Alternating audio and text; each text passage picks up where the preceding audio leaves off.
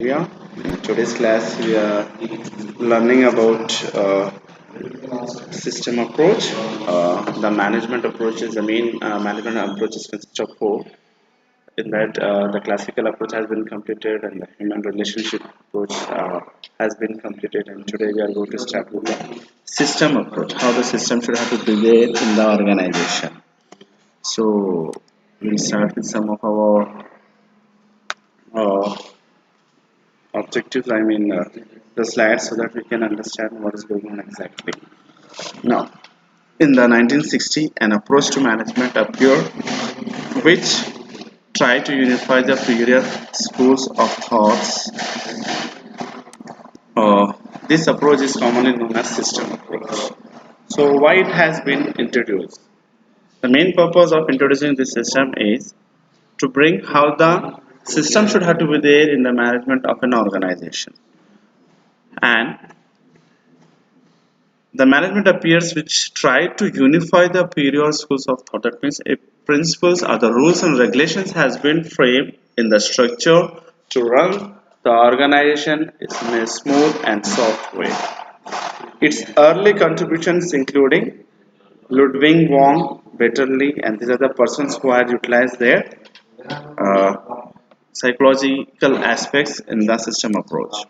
A system is an organized collection of parts or subsystems that are highly integrated to accomplish an overall goal. The system has various inputs which go through certain processes to reduce certain outputs which together accomplish the overall desired goal for the system.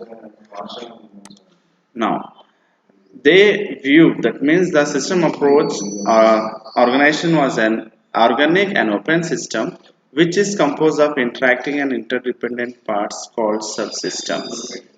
The system approach is took upon management as a system or an organized whole made up of a subsystem integrated into a unity or orderly totality. So what is happening here?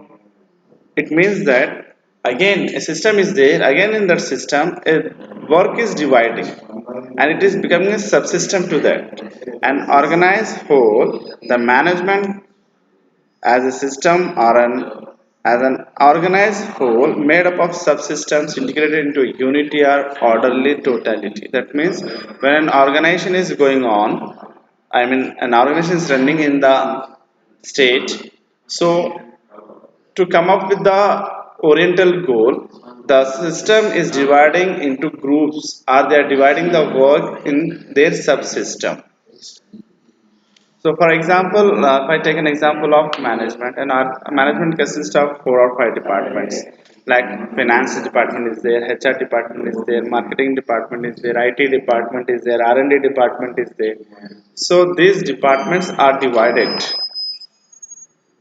So these are the subsystems of that organizations. Now, system approach is based on the generalization that everything is interrelated and interdependent. As it has been mentioned clearly that system approach is based on the everything interrelated and interdependent. It is not depending on others. It is dependent on itself only. A system is composed of related and dependent element which when in interaction forms a unitary whole. A system is simply an assemblage or combination of things or parts forming a complex whole. No. Next one of its moral important. So that means what does it mean here? The systems is a unitary. That means it's having a unique system or rules and regulations where everyone are utilizing it in a proper way. So what is happening here? Uh, the system is unitary form system and assemblage are combination of things where the things are running in a smooth and short way. We'll go with the next slide. What does it indicate? Let's have a look. Oh, I'm sorry. Yeah, no. Yes. One of its most important characteristic is that it is composed of hierarchy of subsystems. That is the parts forming the major system and so on. For example, the world can be considered to be a system in which various national economics are subsystems. What does it include? For example, a world is organizing a system and the various dividing into the country level. The economics are dividing into country level, that is has become a subsystem for that. In turn, each national economy is composed of its various industries. Such industries compose of firms or factories or industries, and of course, a firm can be considered a system composed of subsystems such as production, marketing, HR, IT, finance, R&D means research and development department, accounting system, and so on. Now, we'll go with the features of system approach. A system consists of interacting elements. It is a set of interrelated and interdependent parts arranged in a manner that produce a unified whole. The various subsystems should be studied in their interrelationships rather than in isolation from each other. An organizational system has a boundary that determines which parts are internal and which are external. So it is the duty. What are the features here we have considered?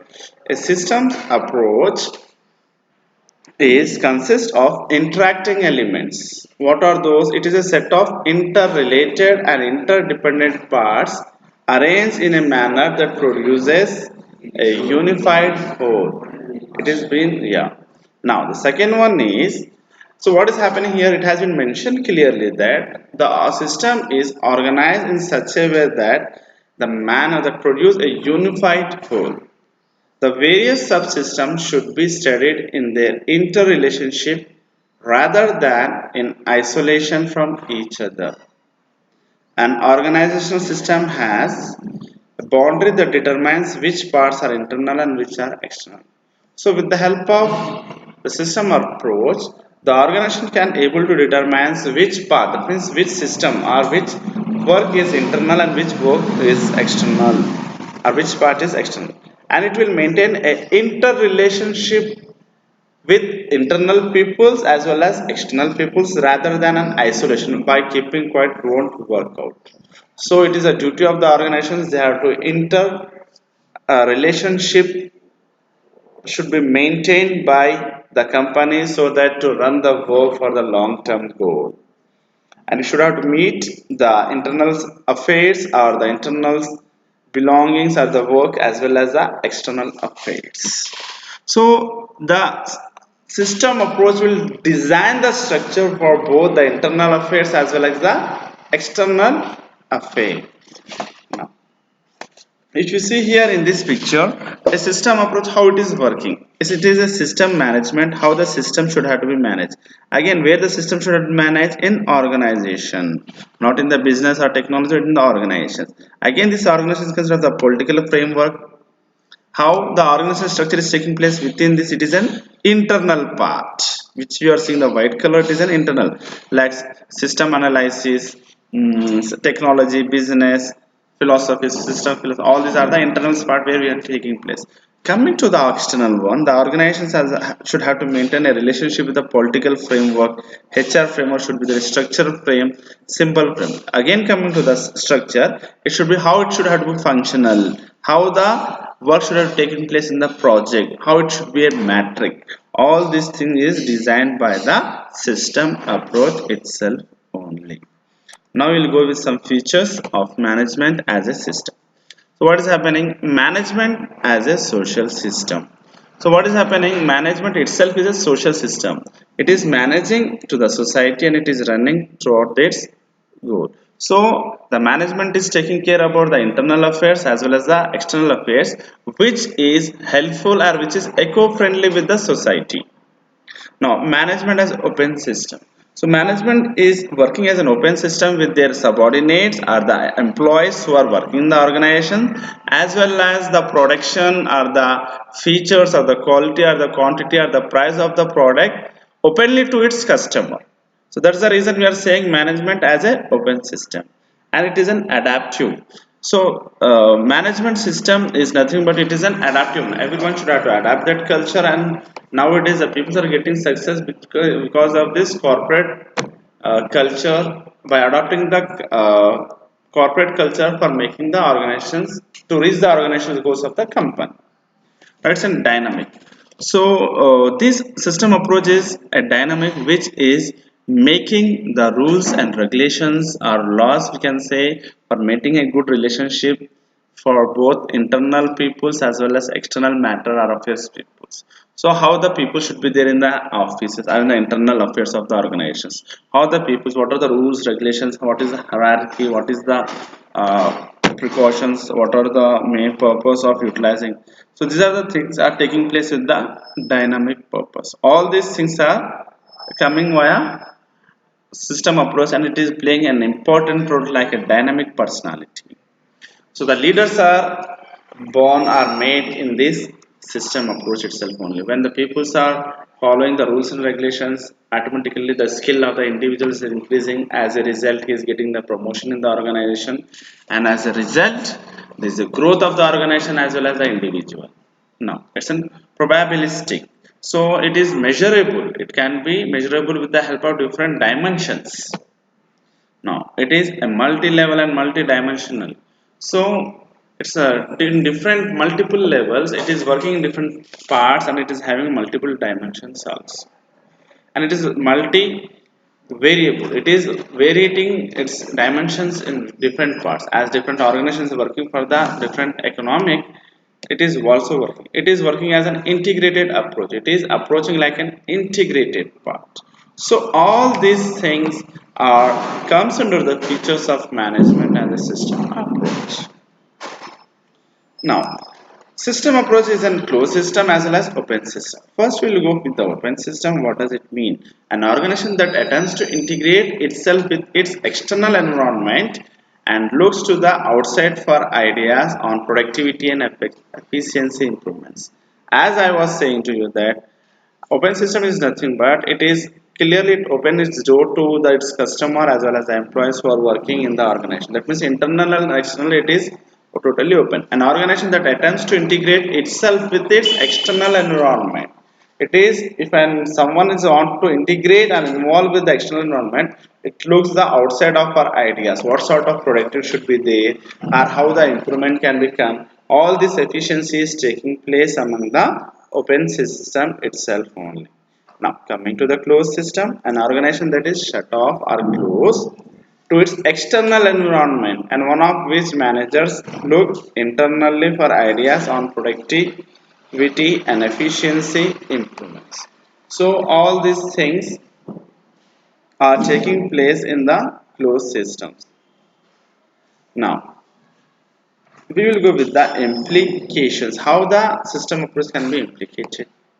So coordination of the organization's part is essential for proper functioning of the entire organizations. Coordination should be there from the employer as well as the employees.